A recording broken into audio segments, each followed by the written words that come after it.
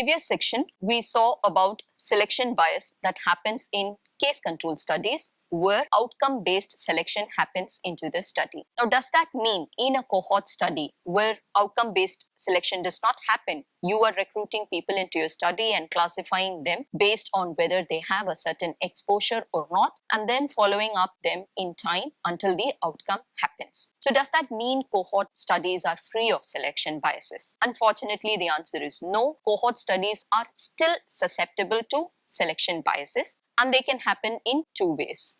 One, because your cohort study involves an element of follow-up, you may not end up with the same number of people or the same people whom you started up with. There is loss to follow-up that is bound to happen. So by virtue of losing people during the follow-up period, you may have ended up with a subset of people who are systematically different from the initial set of people whom you had recruited into your study. So who are retained until the end? That decides whether your cohort study will suffer from selection bias or not. Also, because of certain eligibility criteria, that is, who are selected into your cohort study? Were they volunteers? Did they self-select themselves? So all this can also influence whether or not your cohort study will suffer from selection bias. We will quickly go through a couple of examples to understand this further. For this example, to describe selection bias in cohort studies, let us take the exposure as treatment for HIV. The disease would be AIDS. The alphabet C will represent selection as a factor. U, we will take it as the level of immunosuppression, and L will be the symptoms that people have. So let us start with the simplest form of this diagram. So there is this exposure, which is treatment for HIV, and there is this disease, which is AIDS. So you have taken a set of people who received treatment or did not receive treatment and followed them up until they developed or did not develop AIDS. So there is a follow-up time there, and there are people who will be lost to follow-up in this study. So when you try to condition on C, so what does conditioning on C in this instance means? If it means that you are restricting your analysis only to those people who were retained at the end of follow-up. So this means those who were lost to follow-up have been removed, and you are analyzing the data of only those who were retained in your study. So conditioning on C means that. So how can this affect your causal inference? Let us assume those who were retained in your follow-up were systematically different from those who were lost to follow-up. So if that is the case, then this may affect your causal inference. Now let us see how. Let us say the health status of a person, okay, is going to influence whether or not he will turn up for follow-up visits. So I am representing this U, which is the level of immunosuppression. Now somebody who has higher level of immunosuppression is going to have more diseases and may be sicker than the rest of the population and may not turn up for your follow-up visits. So we already know that the level of immunosuppression is going to affect whether or not he or she will develop AIDS.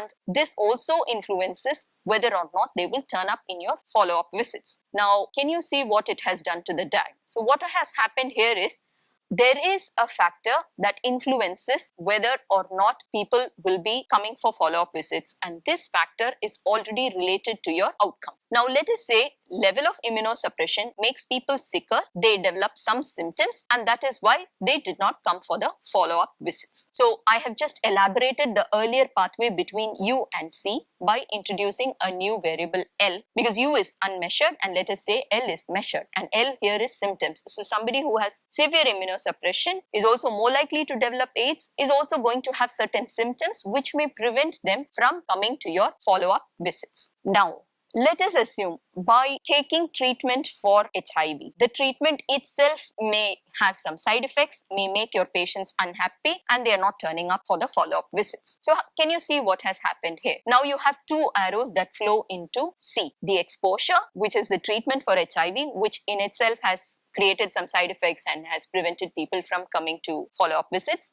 And also the unmeasured variable, which is the level of immunosuppression, which has caused some symptoms and people could not come to your follow-up visit. And when I condition on this collider C, which means I'm restricting my analysis only to those who were retained in my study, I am conditioning on a collider and I'm opening up a pathway between E and D, which is E, L, U and D. So there, the accuracy of my causal inference has been lost because by adjusting or by controlling for a collider, I have opened up a new pathway between E and D. That was one type of selection bias that can happen in a cohort study. Now, I also said bias can happen in a cohort study by your selection or eligibility criteria. Now, let us say you are doing this study where you're trying to see the association between sedentary behavior and coronary artery disease. So here also C I have represented as self-selection. So let us say people selected themselves into this study. They have come up and enrolled for this study. So C is an important factor here between E and D because I am conditioning on C, which is I am restricting my analysis only to those people who selected themselves into the study. So self-selection is represented by C. It is very important for us to understand why people choose to participate or why people select themselves into a study. So without understanding this self-selection, if we condition on that, if we are restricting only to analyzing the selected people,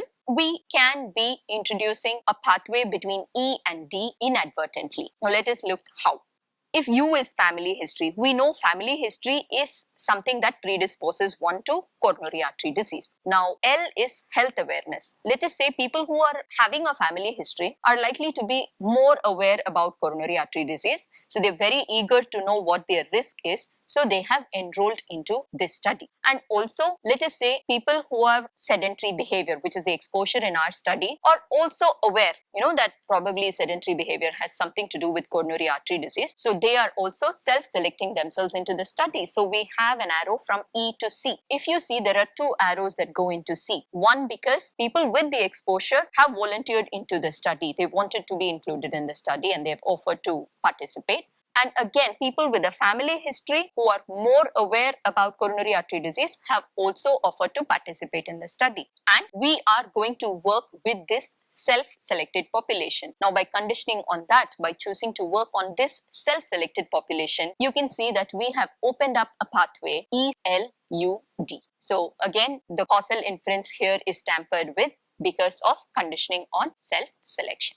Sum up what we've seen in this section, cohort studies are not free of selection biases. Though there is no outcome-based selection that is happening here, we do have other factors such as your selection or eligibility criteria and the number and the kind of people who are lost to follow up. These two factors influence whether or not selection bias happens in your cohort study. So to sum up, cohort studies are in no way immune to biases, though there is no outcome-based selection happening in cohort studies, unlike in case control studies. Cohort studies are also prone to suffer from selection bias due to two reasons: biased eligibility criteria or selection criteria, which leads to a subset of selected people who are very different from the eligible people, and then we have loss to follow up. Due to the follow-up component involved in a cohort study, people who are retained at the end of the study may not be the same who you started with, and they could be systematically different from the cohort that you started with. This could lead to selection bias in cohort studies.